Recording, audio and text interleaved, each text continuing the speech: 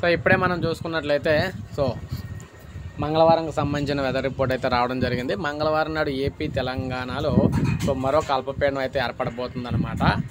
అది మనకు చూసుకున్నట్లయితే రాజస్థాన్ ప్రాంతంలో ఏర్పడడం అయితే జరుగుతుంది. రాజస్థాన్, విదర్భ ఈ ప్రాంతంలో అల్పపీడనం అయితే ఏర్పడుతుంది. దీని ప్రభావంతో మనకి రాగల 48 గంటల్లో వర్షాలు అయితే రాబోతున్నాయి.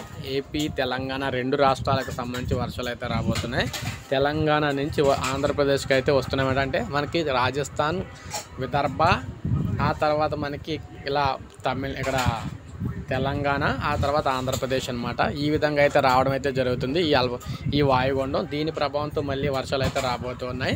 సో ఈ విధంగా ప్రజలను అయితే అక్కడ ఉక్కిరి బిక్కిరి చేస్తూ ఉన్నాయన్నమాట, వర్షాలు గ్యాప్ లేకుండా.